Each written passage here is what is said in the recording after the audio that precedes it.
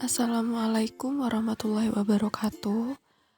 Kami di sini akan membahas mengenai topik 4, yaitu integrasi Islam dan ilmu pengetahuan. Anggota kami ada Faiza Nurmadia, Akila Fadia Febriana Haya, Nadilatul Maula, Jasmine Konita Wardana, Denny Setiawan, Efra Bella Dena Sadik.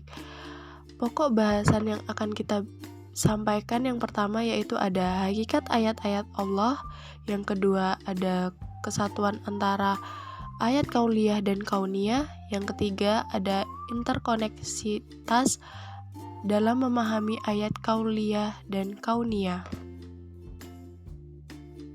Hakikat ayat-ayat Allah. Segala sesuatu yang menunjukkan kepada suatu kesaksian atau adanya sesuatu yang lain disebut sebagai ayat-ayat. Ayat-ayat Allah terdiri atas segala sesuatu di alam semesta yang memperlihatkan dan mengkomunikasikan keberadaan dan sifat-sifat Allah. Allah telah menstimulus kepada manusia agar bisa melihat dan mempelajari alam dan seisinya, karena dari sanalah Allah menunjukkan kebesarannya kepada para makhluknya. Dalam firman-Nya berikut, Bismillahirrahmanirrahim. Qulinduru madza fis samawati wal ard wa ma tughnil ayatu wanduru an qaumil la yu'minun. Yang artinya, katakanlah, perhatikanlah apa yang ada di langit dan di bumi. Tidaklah bermanfaat tanda kekuasaan Allah dan Rasul-Rasul yang memberi peringatan bagi orang-orang yang tidak beriman. Quran Surat Yunus ayat 101. Ayat di atas mendorong agar manusia mengetahui sifat-sifat dan kelakuan alam di sekitarnya, yang akan menjadi tempat tinggal dan sumber bahan serta makanan selama hidupnya. Menjadi kewajiban bagi manusia untuk dapat melihat ayat-ayat Allah, mengenal Sang Pencipta yang menciptakannya dan segala sesuatu yang lain, menjadi lebih dekat kepadanya, menemukan arti keberadaan dan kehidupannya, dan menjadi orang yang beruntung di dunia dan akhirat. Di dalam Al-Quran juga terdapat berbagai ayat-ayat yang secara khusus membicarakan tentang ilmu pengetahuan dan teknologi yang bahkan dapat dikatakan melampaui zaman turunnya hingga sekarang ini. Contohnya adalah kebenaran adanya pemisah dua lautan sebagaimana yang disebutkan oleh Al-Quran dalam surah Al-Furqan surah ke-25 ayat 53 sebagai berikut. Dan Allah yang membiarkan dua lautan mengalir atau berdampingan, ini tawar lagi segar dan yang lain asin lagi pahit, dan Dia menjadikan di antara keduanya dinding dan batas yang menghalangi. Ketika teknologi kelautan mengalami kemajuan pesat, masalah tersebut kembali diteliti, diawali dengan perjalanan ilmiah yang dilakukan oleh sebuah kapal Inggris yang bernama Challenger sekitar tahun 1872 sampai dengan 1876. Dengan menggunakan peralatan canggih yang mampu melakukan pemotretan jarak jauh ke dasar laut dari luar angkasa. Para pakar kelautan yang menggunakan kapal ini menemukan perbedaan ciri-ciri laut dari aspek kadar kandungan garam, temperatur, jenis binatang, dan sebagainya. Namun demikian, pertanyaan tentang mengapa kedua jenis air tersebut tidak dapat bercampur masih belum terjawab. Pada tahun 1948, diperoleh jawaban melalui peneliti yang mendalam bahwa perbedaan-perbedaan mendasar yang terdapat pada kedua jenis air tersebut menjadi sebab kedua jenis air tersebut berkelompok dengan sendiri sejauh ia mengalir. Pada akhir abad ke-20, dari atas ruang angkasa diperoleh gambar-gambar yang menunjukkan secara jelas adanya batasan-batasan air laut di Laut Tengah yang panas dan sangat asin, dan di Samudra Atlantik yang temperatur airnya lebih dingin dan kadar garamnya lebih rendah. Batasan-batasan tersebut juga ditemukan di Laut Merah dan Teluk Aden. Pada penelitian berikutnya, yakni penelitian yang dilakukan oleh Muhammad Ibrahim Al-Sumaih, yaitu guru besar ilmu kelautan Universitas Qatar, antara tahun 1984 sampai dengan 1988, melalui sebuah kapal peneliti. Ia menemukan perbedaan yang detail yang dijelaskan dengan angka-angka dan gambar-gambar pada kedua teluk, yakni Teluk Oman dan Teluk Persia. Ia menemukan adanya daerah antara dua teluk tersebut, yang disebut dengan Mixed Water Area, atau dalam istilah Al-Quran disebut sebagai daerah Barzakh. Garis pemisah atau barzakh yang memisahkan kedua tingkat pada mixed area tersebut berupa daya tarik stabil atau gravitation stability yang terdapat pada kedua tingkat tersebut, sehingga dapat menghalangi terjadinya percampuran dan pembauran air di wilayah tersebut. Garis pemisah yang dimaksud terdapat pada kedalaman sekitar 10 hingga 50 meter secara horizontal. Berikutnya, saya akan menjelaskan mengenai kesatuan antara ayat qauliyah dan ayat kauniyah. Allah Subhanahu wa Ta'ala menurunkan ayat-ayat atau tanda kekuasaannya melalui dua jalur. Yang pertama, jalur formal yaitu ayat qauliyah dan jalur non-formal yaitu ayat kauniyah.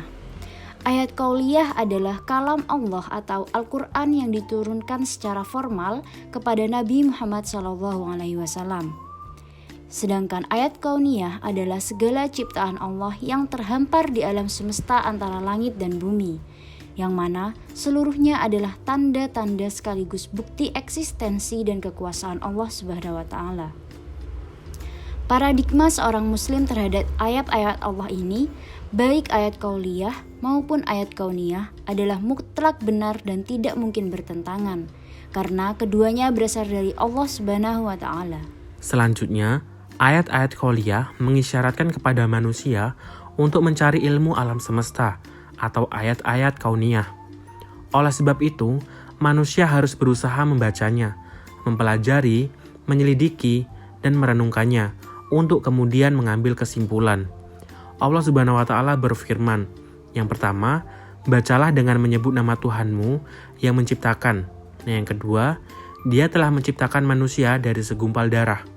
Dan yang ketiga, bacalah dan Tuhanmu lah yang maha pemurah. Yang keempat, yang mengajar yaitu manusia dengan perantara kalam. Yang kelima, Dia mengajar kepada manusia apa yang tidak diketahuinya. Hal-hal tersebut merupakan terjemahan dari Quran Surat Al-Alaq ayat 1 sampai dengan 5. Kemudian, Kailani mengatakan bahwa implikasi dari perintah membaca itu merangsang manusia untuk giat menulis, meneliti, mengobservasi, menganalisis, dan kemudian merumuskannya sebagai teori ilmu. Interkoneksitas dalam memahami ayat qauliyah dan kauniyah. Muhammad Iqbal mengatakan bahwa hakikatnya kemajuan ilmu pengetahuan pada masa sekarang ini adalah kelanjutan dari langsungan dari kemajuan ilmu pengetahuan Islam pada masa lampau. Alam adalah ayat Allah yang semestinya dieksplor dan digali sedalam-dalamnya untuk manusia mendekatkan diri pada Maha Kuasa Allah. Bentuk interkoneksitas antara ayat kauniyah dengan ayat qauliyah didasarkan pada firman Allah berikut, yaitu orang-orang yang mengingat Allah sambil berdiri atau duduk atau dalam keadaan berbaring dan mereka memikirkan tentang penciptaan langit dan bumi seraya berkata, Ya Tuhan kami, tiadalah Engkau menciptakan ini dengan sia-sia. Maha suci Engkau, maka peliharalah kami dari siksa neraka. Quran Surah Ali Imran ayat 191. Berdasarkan ayat di atas, dalam pandangan seorang muslim, ayat qauliyah akan memberikan petunjuk atau isyarat bagi kebenaran ayat kauniyah. Sebaliknya, ayat kauniyah akan menjadi bukti al-burhan bagi kebenaran ayat qauliyah.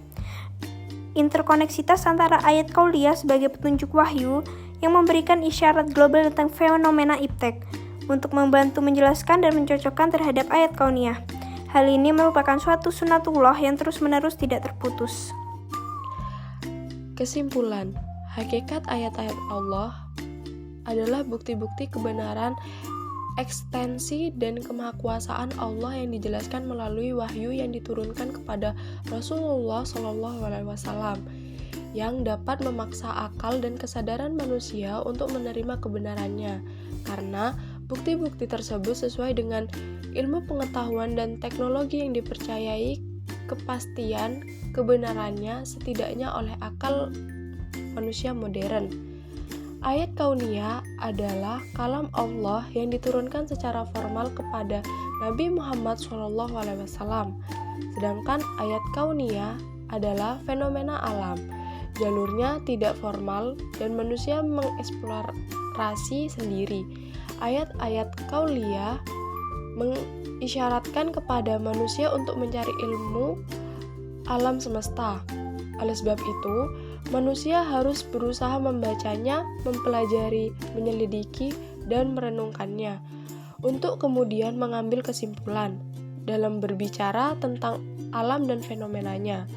Paling sedikit, ada 2 hal yang dapat dikemukakan menyangkut hal tersebut. Yang pertama ada Al-Quran memerintahkan dan menganjurkan kepada manusia untuk memperhatikan dan mempelajari alam raya dalam rangka memperoleh manfaat dan kemudahan-kemudahan bagi kehidupannya, dan mengantarkan kepada kesadaran-kesadaran akan keesaan dan kekuasaan Allah Subhanahu wa Ta'ala.